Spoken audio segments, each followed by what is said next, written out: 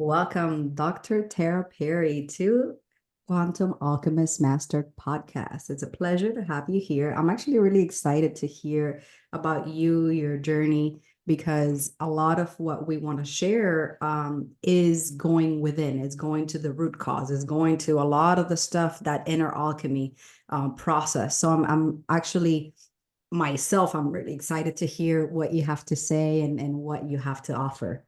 So. Well, I am so delighted to be here. I love your message. When I heard your welcome intro to the show, I thought, oh my gosh, this is my space. Because like you said, it's totally an inside job. If you want to have a different life experience, the place to start is within. Um, as I had mentioned before we started, I did acupuncture nutritional medicine for 23 years. I had my office in Santa Monica, Beverly Hills, and Belmont Shore. And then one of my patients was really struggling with some trauma issues, and she was really excited about what she was doing. And when I found out it was based in hypnosis, I was like, oh, I want to meet your person. And I did an exchange with that person. Because I knew that there was so much power in the subconscious mind. You know, scientists know that 90 to 95% of our mind is our subconscious mind. That means it's below the level of our consciousness. Holy crow. I mean, if we're walking around with just 5 to 10% awareness of what's going on up there, that's a really limited toolbox.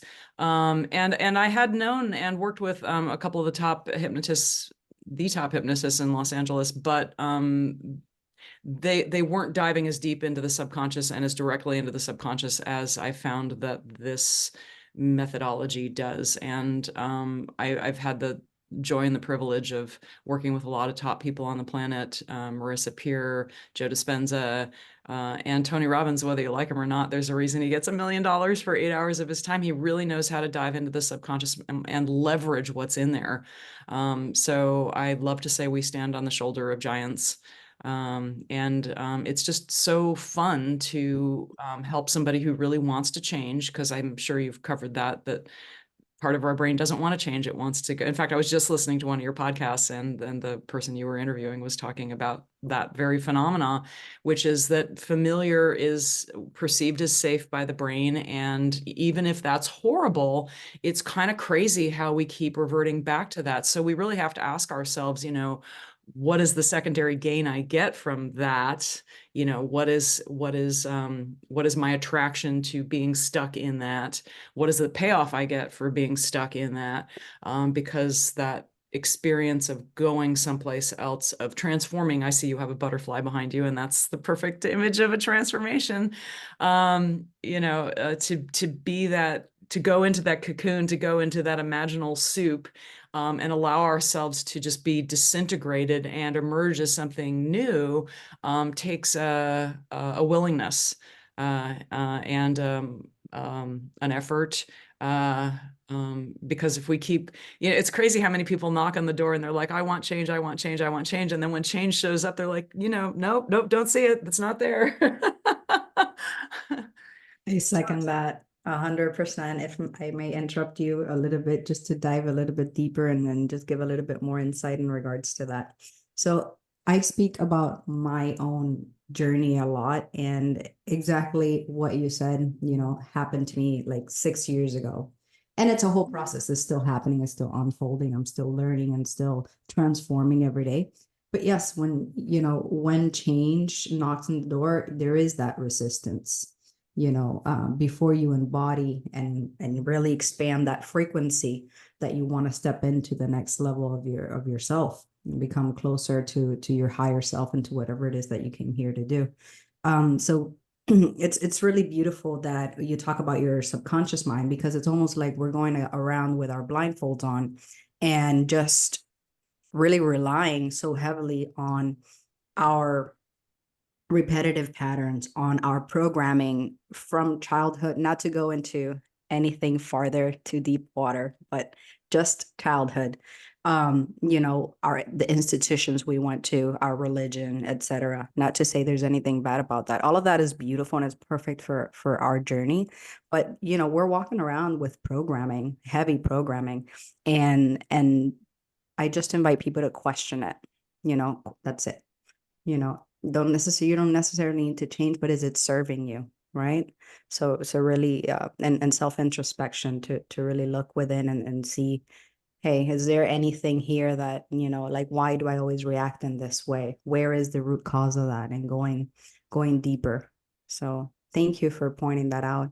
I hope if anybody really hears this, something clicks, it's like that aha moment, and really just take a second to realize that and bring that into your awareness. Thank you. I just interviewed a Harvard professor and researcher who's been doing this for 40 years, Ellen Langer. Many transformational experts reference her work all the time, but and she really shows in very quantifiable scientific ways how just reframing things, because again, this is all this subconscious programming. We don't even realize what's holding us back, what's keeping us down. She's the one that did the study with the older men, where they put them into two groups, and one group went and reminisced over the good old days, and the other group went and lived the good old days. And they measured scientifically all these biological markers, cognitive markers, and the ones that reminisced over the good old days, they didn't have any change of any import. The ones that went and lived the good old days, they physiologically became younger. They became taller, they became more flexible, they had better cognitive ability. And this is just a week of basically pretending to be younger. So again, to what you're talking about, we do have so much subconscious programming that is impacting us beyond what we could possibly imagine. So anything we can do to go in and tweak and leverage those things so that we're creating a better outcome with our subconscious mind is definitely waters that I know you and I want to swim in. So yeah, and when it comes a lot to manifestation, everybody wants instant manifestation. And it wasn't really until I dove deep into my subconscious mind that I was not able to really get the outcome I was looking for, because I reached kind of like a threshold. The top, I'm a nurse practitioner for 10 years. I reached the top of my career. Then I went to have businesses, and I went into real estate, and there was just that I couldn't break through that threshold. And it wasn't until I addressed my subconscious mind and started doing energy work and stuff like that, and just like expanding my awareness, perception, and just being open, right? To different possibilities. Maybe I didn't have all the answers, right? And now that I got a few answers, I'm like, okay, I don't know anything at all. I'm just like I know less than I believe I do, because we're honestly, I believe that we have access to 0.00 infinity of the whole ecosystem in regards to consciousness. So, because we're experiencing from this limited perspective as us. So it's really quite interesting how, I'm just very happy that most of us are starting to wonder, what else is there? What's in the subconscious mind? And let me dive deep in there. Let me swim in that water. Let me see what I can discover about myself, how I can make an impact in the world. So to me, all of that stuff is so beautiful, so wonderful, and so mysterious. So thank you for bringing that in. Let me ask you something about you in regards to how'd you land up in doing this kind of work? That's a great question. So it was through that patient of mine that was having the trauma in her background, and she had found that going into her subconscious and working with these methodologies was helping her so much. So when I first dove in, and thank God it was before COVID, because when COVID finally hit, I had been brick and mortar for 23 years. I had been seeing people face to face in my office, in my medical offices. And thank God when COVID hit, it was a natural thing for me to just start working with people all over the world, because I can do this virtually. Again, then I started I'm very intrigued with what Dr. Joe Dispenza is doing. So I'm going to my 8th live event with him in a couple of weeks. And, anybody who's willing to do that work simultaneously to working with me, I highly encourage it, because nobody as far as I know, is doing a better job of quantifying what goes on to your blood, what goes on to your brain waves, what goes on with your microbiome when you start bringing your body into this delicious heart and brain coherence, which of course HeartMath has been studying for a very long time, and they have devices to study that as well. But it's not, it doesn't need to be complicated. It doesn't need to be be overwhelming. It's just, you have to do very, very simple steps so that you start practicing, you know, working with your mind, and not having, you know, so many people, and I know you hear this too, they're like, well, I can't meditate. My brain is just too all over the place. Yeah, that's exactly why you need to meditate. You know, it's so crazy. I was just working with somebody the other day, and like one of her huge outcomes when we got connected to her subconscious mind, she was just craving peace. And it's like, okay, well, what's the recipe for you getting peace? Oh, it's to go into nothing. And it's like the one thing she resists the most is like, well, I can't meditate more than 5 minutes, you know? And it's like, so she's got this one, you know, pedal on the foot on the brake and the other one on the gas. And they're, you know, it's like wearing the car out. So again, it's like, well, what does our soul really, really, really, really want? And then just allow that to unfold. And when you get into one of my meditation teachers who, God bless him, I love him. He went into prisons for so many years and taught prisoners how to meditate in maximum security prisons. And he won the PASS Award, which is a prestigious award for helping prevent recidivism. There's been so many studies that show that when prisoners are taught how to meditate, you know, they don't go back to prison. They can free themselves from the inside out. And it's my meditation teacher would describe it as like going in and finding where the knots are, you know, and you don't push the knots and burn the knots and push them away and stuff them in a closet somewhere. You go deep within them and allow them to just unravel and open like a flower would open in the sun. And then it can have the opportunity to transform and leave, but it can't if it's the thing that's always pushed away. You know, what we resist persists. Wow.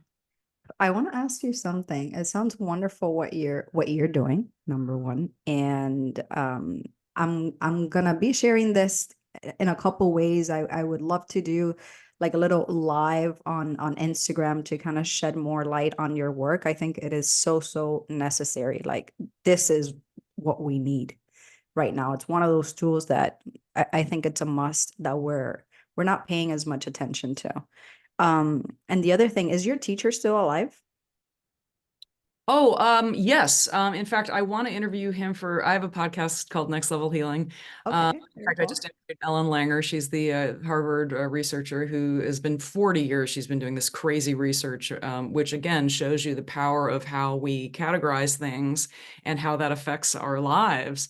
I'll just mention another one that she did. She took these overweight housekeepers in hotels, and half of them they divided them both into two groups, and one of them they said, you know, they gave them some class on weight loss. It was the control group. And then the other group, they said, you know what, you do so much work every day. You're vacuuming, you're changing beds, you're lifting, you're pushing, you are really doing great exercise every day. You have met the Surgeon General's requirement for healthy exercise.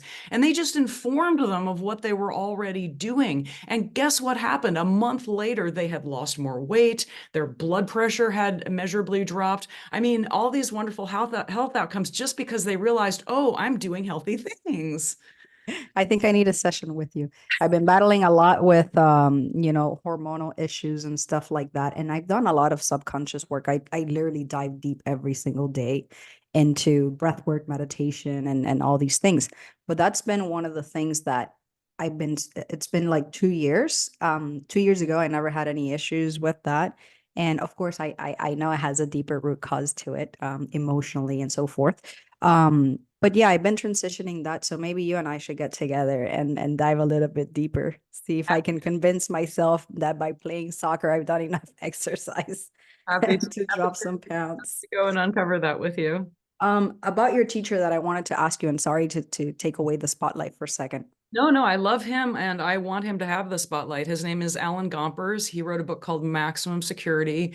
It's not a well-known book, but if any of your listeners are filmmakers, it would be a phenomenal feature film. In fact, he had a conversation with the head of the Motion Picture Academy in Hollywood years ago, and the guy loved it, but he said it's more visual in the first half than the second half. I mean, he had this extraordinary life. He basically was the Wolf of Wall Street. Not the guy, but somebody just like him. He was making $700,000 a month back in the, was it the the 80s or the 70s. I mean, he was making more money than he could spend, but he was doing it in a way that was not terribly ethical. And he ended up getting busted on that. And in court, he was so clever that he and his friend talked themselves out of court-free men, but they couldn't practice that anymore.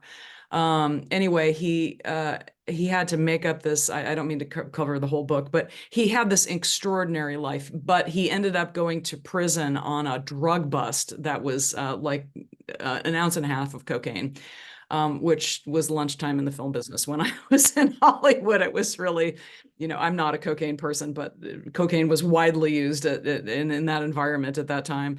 Yeah, and I don't recommend it. I've never done it. I'm not a cocaine person. Disclaimer. Yeah, disclaimer. But he ends up in maximum security prison, and he's a little Jewish guy in maximum security prison in New York State. So it was terrifying to say the least. He ends up running around the track in the prison, sits down, and in an instant experiences enlightenment. It was one of those crazy enlightenment stories. So he ends up finding a book from City Yoga. He goes into macrobiotic eating. He ends up transforming the prison, and he ends up being one of 4 people in the entire state of New York to receive a full pardon. Wow, that's deep. And at that point, he was not even in a hurry to leave the prison. He was happy. He found peace. Yeah, he was a happy, peaceful guy, and he wasn't in a hurry to leave. But he is an extraordinary man. He's not a young man anymore, but he's still working with people. He has transformed so many lives. And Alan, I adore you. And yes, I am going to be doing an interview with him coming up on my podcast soon. There you go. So stay tuned. Yes. I'm gonna keep an eye out for that. The reason I was asking. He's not a big tech guy. He doesn't like tech, and still I think he has a flip phone still. Good for him. So the reason why I was asking initially is because I'm looking to take breath work and some of the work that we do into prisons and recovery facilities and mental health.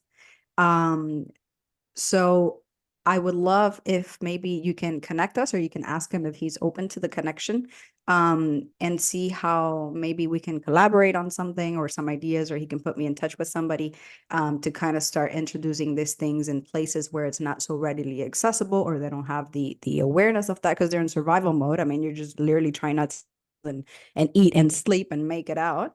But I think these all these tools, meditation, breath work, subconscious reprogramming of the mind and stuff like that.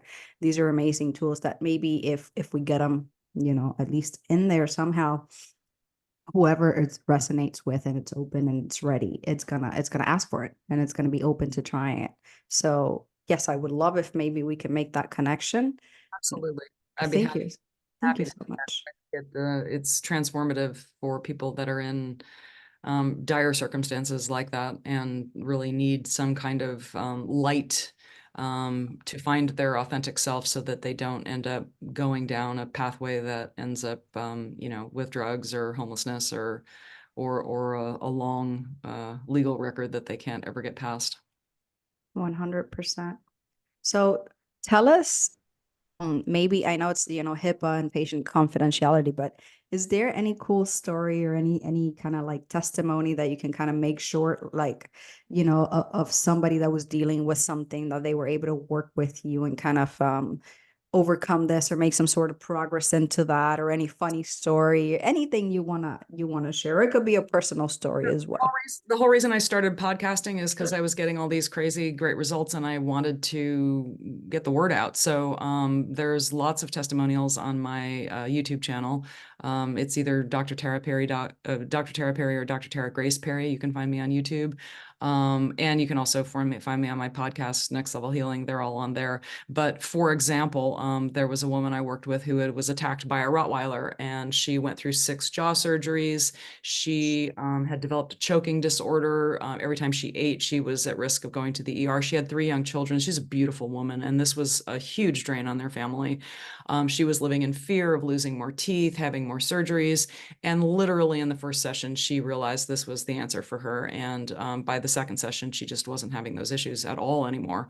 I had another gal who saw her husband catch on fire. He is fine, but it ignited, he's fine. It was not serious, but just the smell of the shirt burning and he singed his flesh, but it wasn't, if you met him, you would never know he had any kind of burn.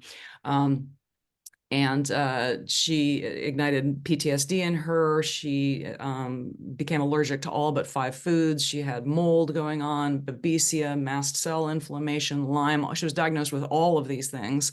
She was down to eating 5 foods, and I think one of them was salt and the other one was olive oil. I mean, she really was losing her mind. Her husband said, look, I don't know what else to do with you. You either have to see Tara or go to a mental institution, because there's nothing, I don't know what else to do with you. She was doing acupuncture twice a week, neurofeedback, biofeedback. And she did not want to come, but she came.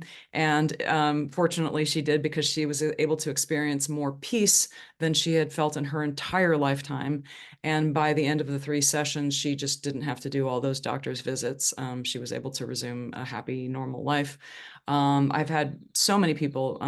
One gal had been through 16 years of therapy. She was having daily panic attacks. By the end of the 3 sessions, she just was able to feel, she said her soul just felt like it should. She didn't feel like the trauma to her whole being was there anymore. So I worked with one guy. He was an advanced Dispenza person, and but he still had 40 years of back pain from breaking his spine in a motorcycle accident. And he was all excited when he found I was an acupuncturist. And I said, look, you've done acupuncture, you've done chiropractic. Why don't we find out, let's go to Command Central and find out what's getting in the way of your healing. And he said, great, sign me up.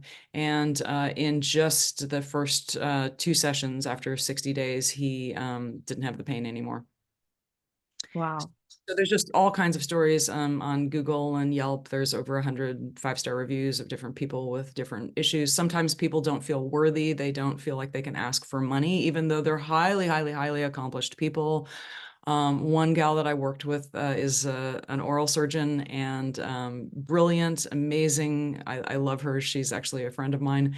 And she said, look, I just don't feel comfortable asking for money. She says, I don't know what it is. We went back to the root, the cause, and the reason. It was the easiest thing ever. She was doing homework, and her sister was even smarter than she is. So, and I mean, that person has a very substantial medical career right now. But the father said something that just, she took it to heart as, oh, I'm not worth it. I'm not good enough. I'm not. And that just, again, it's that programming that gets stuck in that subconscious mind. And it's people are like an iPhone 14 operating on iPhone 4 technology. So we just rewrote the program, and I called her up 2 months later and I said, hey, how's it going? And she says, oh my God, I go home with more energy. I'm a better wife. I'm a better mother. I said, dollar wise, what's it worth to your business to be able to ask for what you're worth? She says, oh, about $10,000 more a month. That's great. That should be a good reason, On that subject, I worked with another gal. I met her at a Dispenza retreat, and she says, look, I didn't have any problem asking for money when I was a lawyer, but I'm a gallerist now in Europe, and I just don't feel comfortable asking for money, and it's hurting my clients, it's hurting my business.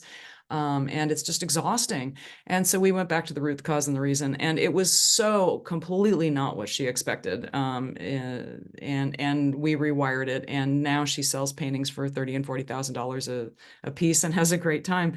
So it's just so crazy what's stored in the subconscious mind. Your conscious mind is processing 40 bits of information per second.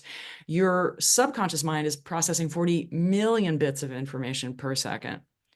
And again, the definition of subconscious is below the level of your consciousness. So what's swimming around in there?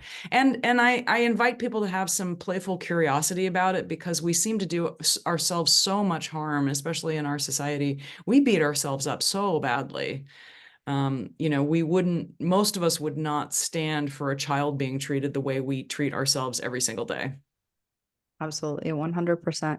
You know what? If it's okay with you, because we do a lot of breathwork retreats and sessions and ceremonies and stuff like that, live as well as online. And we have a mental health practitioner with us for the integration session, as well as myself. based on my own journey working with plant medicine and the near death and all these things that I've been through myself.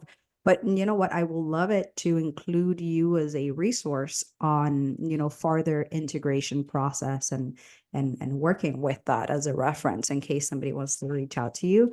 I think that would be extremely, extremely valuable. Because as you know, with going into the subconscious mind is like you have a glass of water and a lot of stuff can come up. You're like staring that and you're accessing stored emotions and memories and stuff like that.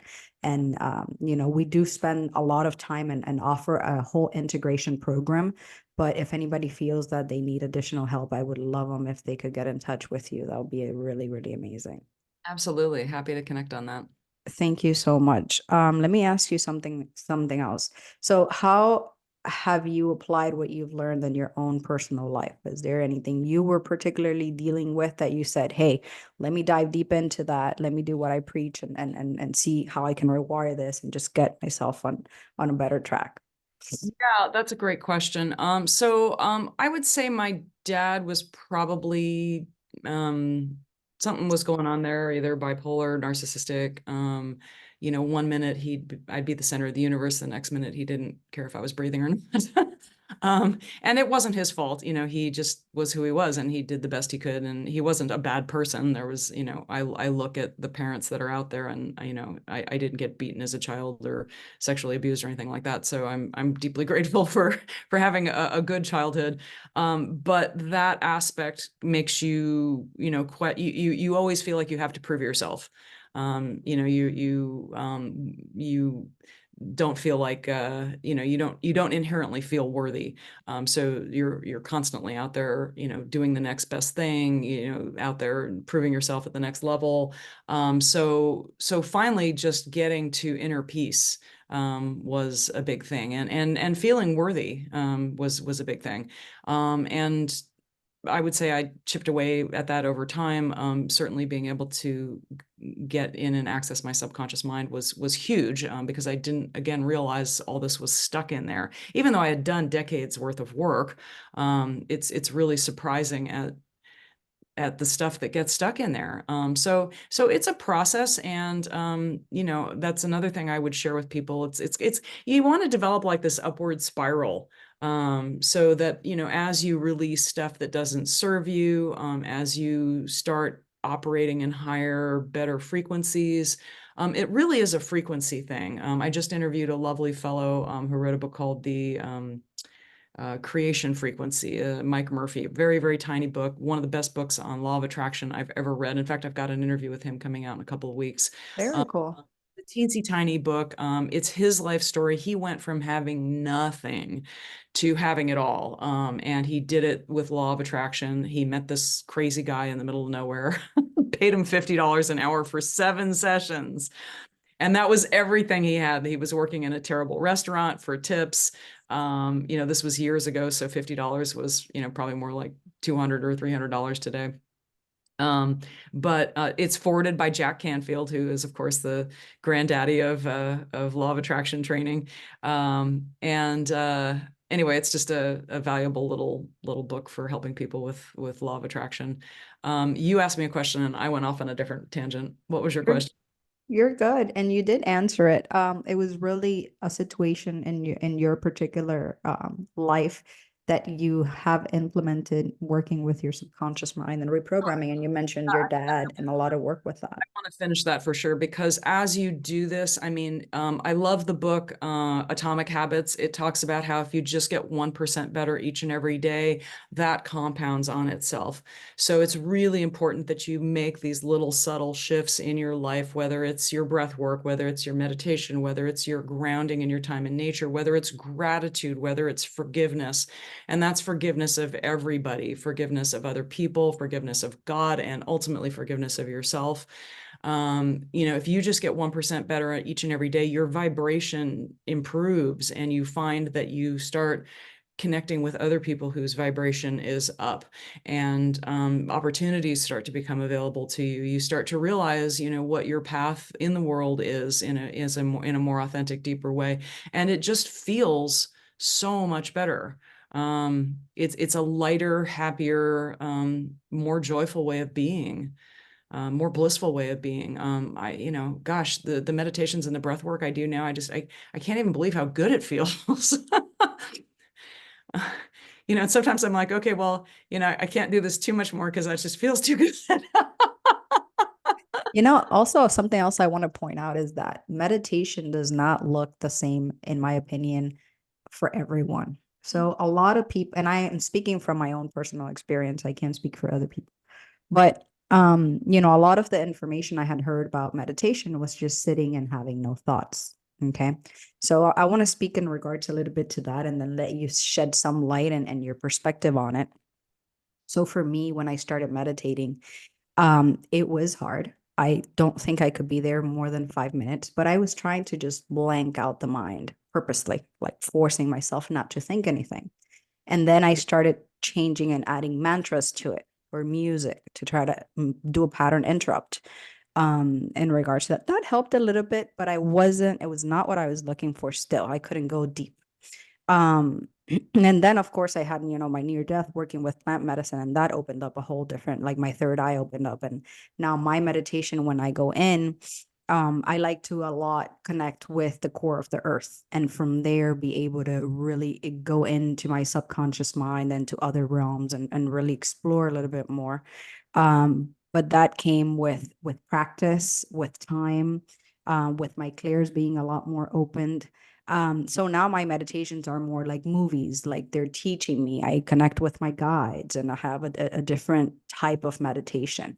And I have that type of meditation. And then I have purposely more awareness and presence where I don't want to travel out of my body or have out of body experiences and stuff like that. And I purposely want to be more breath aware and just aware of my body sensations and stay more in my body. And by noticing and putting my awareness into my breath, into my body sensations, I literally go into presence, into that nothingness.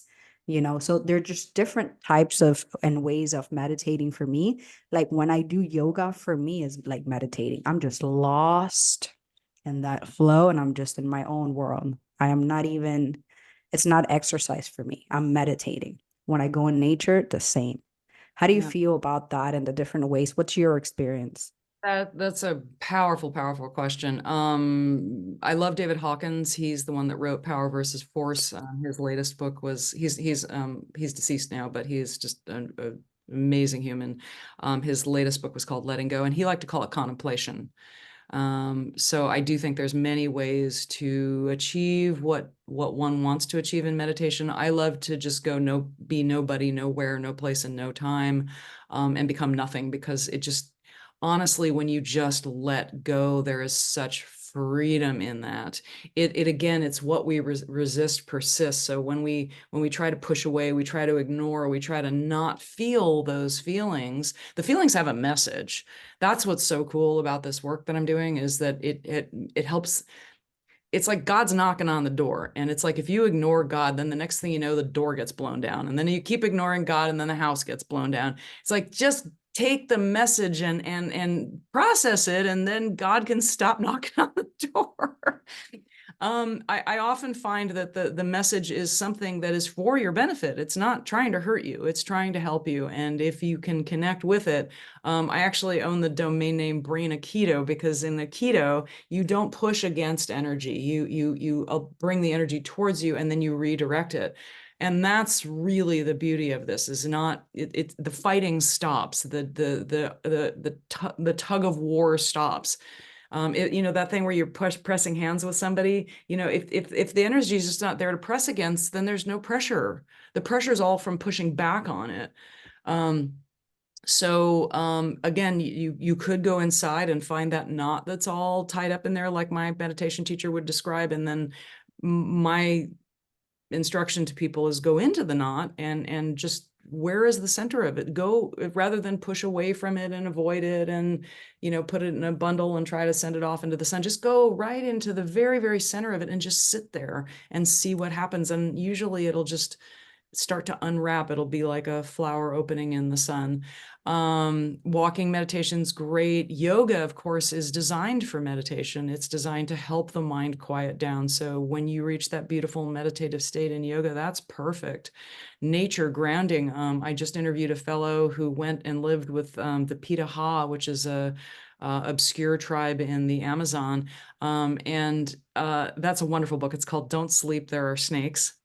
But it really clearly illustrates how in modern society, when we get that whole left brain going, which categorizes, which compartmentalizes, yes, we need that in order to get through life, but it's also the crazy making part of our world, because that's when we're comparing ourselves to other people. The Pitaha don't compare themselves to anybody. There's nothing to compete for except just to live each and every day. They live in a rather dangerous environment. There are snakes that could devour you. There are panthers that could eat you. There are poisonous everything. But they're happy people. They laugh and they enjoy life much more than we do. If you measure, how much they're smiling and laughing, they eclipse us. And yet they don't have fancy cars. They don't eat in expensive restaurants. They don't do any of that. All they need is something over their head for when it's raining. They have a few little things that they put away here and there, but they don't have stuff. There's no keeping up with the Joneses.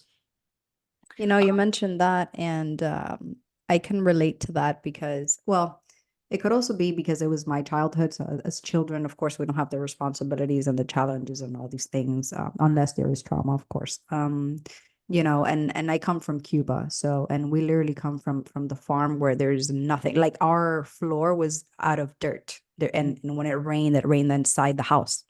So, and I was the happiest. I thought I had it all.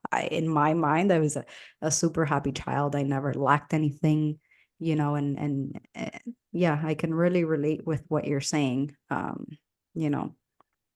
And I think connection to others is a big piece that we miss in our world today.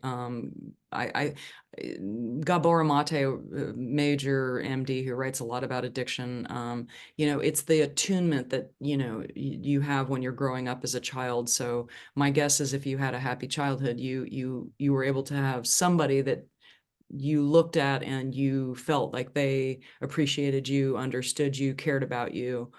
That's the attunement that is so valuable in childhood. So if you grow up in a mansion and you have two parents that aren't mentally, able to look you in the eye and give you that love, that validation, it's called attunement. It's just knowing that there's a loving person there, a parent figure who cares about you, who gets you, who is connected to you. That's where a lot of trauma comes. I've worked with not Vietnam veterans in general who got 100 on their PTSD scores, and that's the maximum. And they don't go back to wartime. They typically go back to somewhere in childhood. Wow. I worked with vets for a little bit. I think it was 6 months, and it was a hard job. It's the stories. I was just blown away.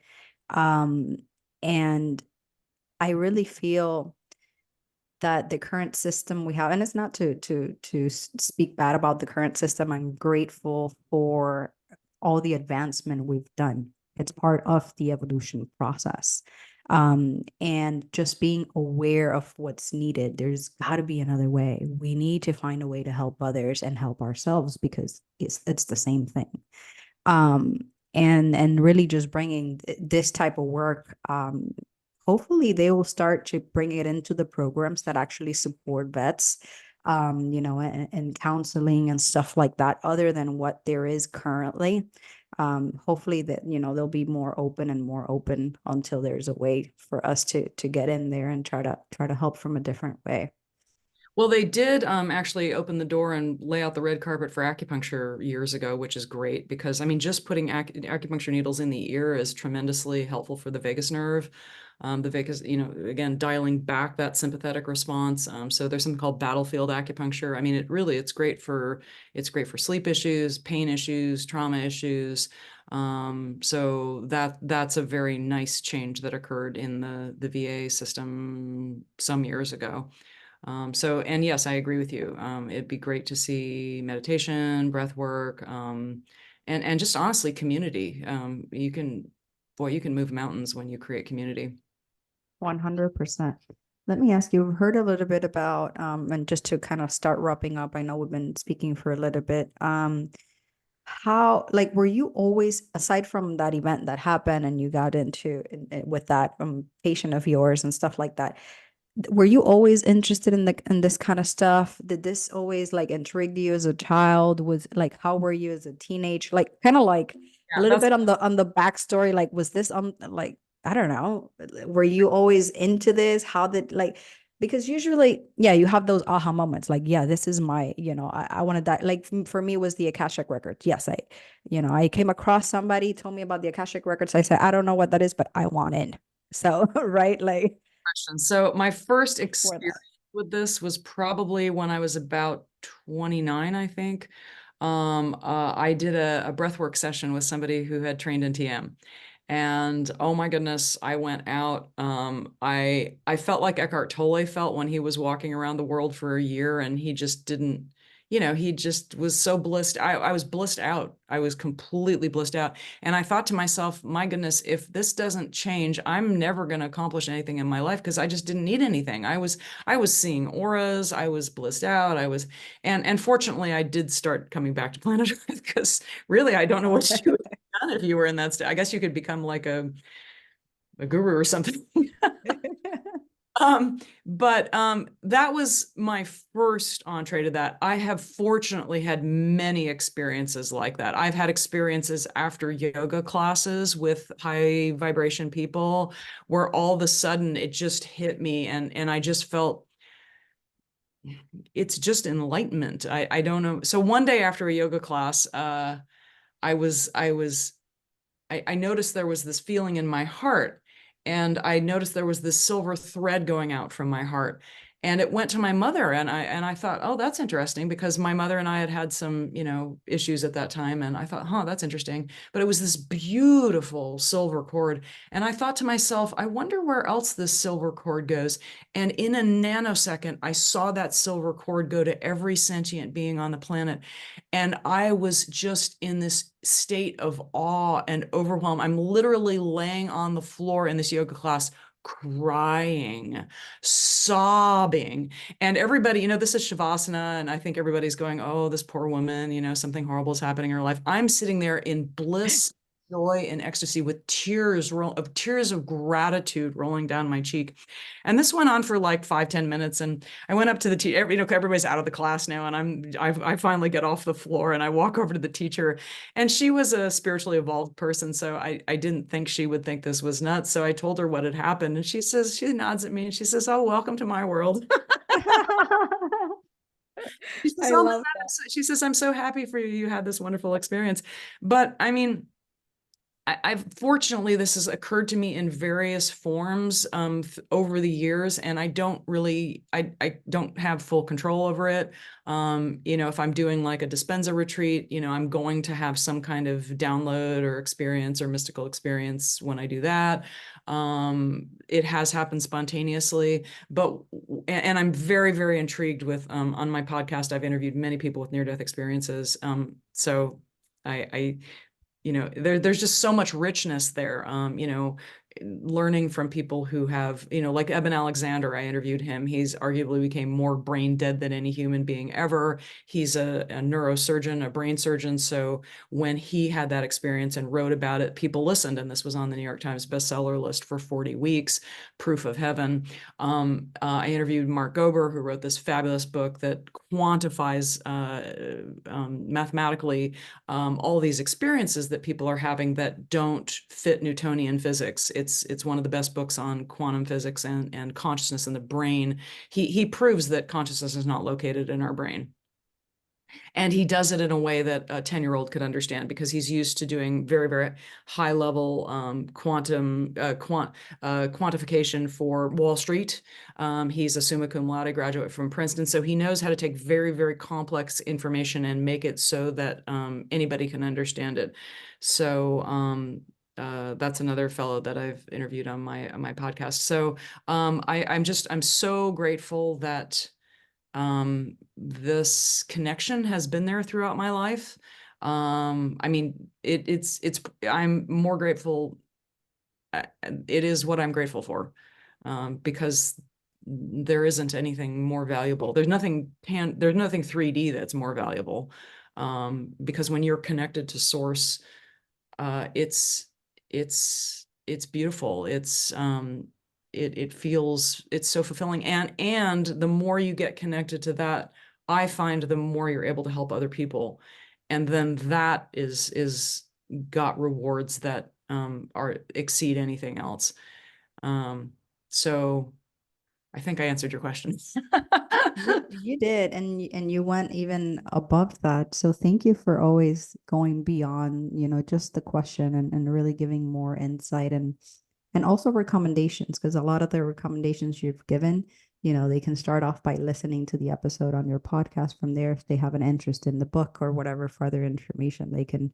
On my website, I have a whole page of books, because I in fact, hopefully I'll be putting out like a weekly book report, which I started to do a while ago. I just didn't completely tick the box on that one. But there are so many fabulous resources out there, and I love giving people maximum exposure and just access, because nothing makes me happier than seeing somebody dump the old version of themselves that was holding them down, making them feel bad, making them feel not worthy. Like you say in your opening, we are all we are all part of this beautiful soup. And Mark Gober has a page in his book, An End to Upside Down Thinking, which shows that the golden rule exists in every single religion on the planet. And obviously, I mean, because I was going right into that. yeah. into religion. I try to hold it off, but I don't know, there's always something I want to touch on it. So look, one of the main messages that I want to bring, and one of the things I want to start sharing more on Instagram, is for us to be able to speak about whatever source is for you. It does not matter. Like, honestly, if your source has a different name, a different sex, a different energy, whatever, it doesn't matter. To me, it's all love in the end. I like the core essence of it, and consciousness, infinite, pure, loving, infinite consciousness. But I would love for us to be able to speak about source, even if it's your God looks different than my God. So what? Can 100%. we find the common thread in humanity, for Christ's sake? Like, my God, like, how does that still divide us? I don't, it's beyond, me at this point. Like my family, for example, I always like to talk about my own experiences, because, pointing the finger is really easy. Yeah. My family, I think all of us have a different religion. Like I'm non-dogmatic. I don't have one per se, but I've been through many, many different religions throughout my journey. And all of us have a different religion. And it's very, very interesting. And they're all very like, no, this is the one way. So it's really quite interesting when we speak about God, where we're able to bring the walls down and still find the common thread and love and respect for us in that discussion. And my family really, it's does not have that education or that awareness or that, at all. You would figure like we were all kill each other, trying to push each other's perspectives into each other's faces. But no, and it's really surprising. Like there's something higher, like, no, it's okay if your God's different. It's how are you as a person? How are your actions? How are your thoughts? How are you impacting the world? That is the commonalities of God. I don't care what you name it. What are your thoughts on that? Or what does your God look like? That's a great question. Well, I feel like I keep going back to quantum physics because it's like we're all swimming in this same river, and it seems that our individual identities is like a whirlpool within the river, but the whirlpool comes and goes. We're all part of that same energy. So, it's funny you were talking about fighting over my God versus your God. That reminds me of an old movie called Gulliver's Travels. Do you remember that movie? No. This movie is ancient. I'm Cuban. I probably have not seen any of those movies. It's basically this giant that ends up on this land of this island of little people, and the people are fighting. Their civil war is over which end of the egg you're supposed to break, whether you're supposed to break. So when people fight over whose God is better, that reminds me of Gulliver's Travels. I mean, I wasn't raised with religion, which I'm actually grateful, because my connection to spirit is very, very strong, and I don't feel like that was imprinted on me. It was just something that came forth because it was there and it was wanting to be acknowledged and wanting expression. Um, um, and Jesus did say, you will know them by their fruits. And I love that quote, because if somebody is behaving in a way that we all admire, if they're kind, if they're generous, if they're loving, if they make life better for other people, those are beautiful fruits. When I look at what Dr. Joe Dispenza is doing and bringing people into heart and brain coherence, and their microbiome is improving, and their brain waves are improving, and they're dropping, their mental struggles, their physical health is skyrocketing. Those are beautiful fruits. So I love that litmus test. If the fruits are good, then I think the plant is good. So we don't really have to. And again, with my work, it's just so obvious how much trouble we get into when we get into the left brain and we have to compartmentalize. The Pitaha don't even have a number system. They don't need it because they're so connected to nature. And it's just like, there's a little bit, there's a lot, they don't need numbers. And again, these are very, very happy people that are very living in the moment. Again, I hope I answered that question. Yeah, sorry, I try to squeeze as much out of you for the the time that I do have you here. Um, any last messages, anything you wanna end with? Also let people know, I know we touched on here and there, but maybe more specifics as to what are some of your services, where they can find you, or any other messages you wanna. So for any of your listeners, they can go on my website and just shoot me a message, say that they heard the podcast. I have a meditation called Unzip. Remember, we were talking about getting out of the mind. So this is just a simple meditation. It's very short. It's like 10 minutes, but it'll help you unzip out of this drama that you're in and just go into nothing. So that's my gift to you from listening to this podcast, if you'd like to hear that. There is a Let's Talk button. So if you feel like you've been struggling with something for a long time, you can click that, answer some questions as to what it is that you've been struggling with, how it's been impacting you, what you've tried to do to resolve it so far. And I do have a half-hour time period that people can connect with me and see if this is a good fit for them. That's beautiful. Perfect. Instagram? I'm on Instagram. It's Dr. Dr. Tara, Tara, Perry, Perry. Would love to connect with you on Instagram, and my podcast, Next Level Healing. I have all kinds of incredible guests that I'm so privileged and delighted to connect with. A lot of people who've been through near-death experiences.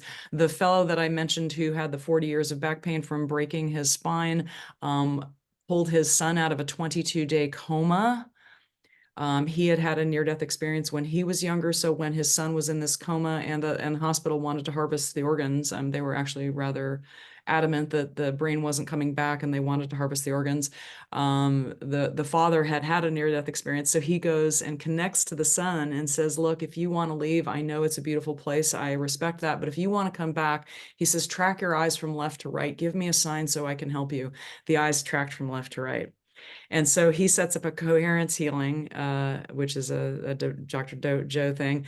And rather than 6 healers, which is kind of the normal number, he ends up with a group of like 50 healers from all over the world. And he includes the friends of the kid. He did it on a Friday. On a Monday, guess what happened? Oh, I can guess what happened. Kid. So I interviewed both the father and the son. The son's Oh in man. beautiful, just gorgeous young man. This is just very, very kind-hearted people. So you can go back. It's a few months that I did that, but you very clearly can see that this man pulled his son out of a coma and how he did it. So yeah, Next Level Healing. It's on all platforms. Would love to connect with anybody and everybody listening to this message who wants to live a better life. And kudos to you with taking this work into prisons and working with people that are really struggling. I know Dr. Joe's also doing that. It is such rewarding work to connect to people. That's another thing that Jesus said. Jesus said, help those who are, if you help those who are less than, you are helping me. And again, that goes back to the quantum field, because everything is you. And that includes everything. That's our environment, that's our world, that's our planet. Just have stewardship for your community, for your family, for yourself, because it's all part of the same thing. Just like the opening of your show says. So I just want to end. I normally don't advertise this on our podcast, but I have to because it just that message that you ended with is so beautiful. And on my second book, I have a 10-year peace treaty request for all of humanity and all leaders of the world. And I will love it if it resonates with you guys. Go in there, read through it, and it's just to sign the petition. It's on change.org.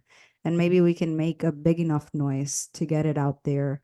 And we need this peace treaty. We need to some time for all of us to kind of just be more aware of that oneness that we all are. Mother Teresa said, I won't attend any anti-war rally. She says, you have a peace rally and I will show up every single time. Amen. We'll finish with that one. That's beautiful. Thank you so much.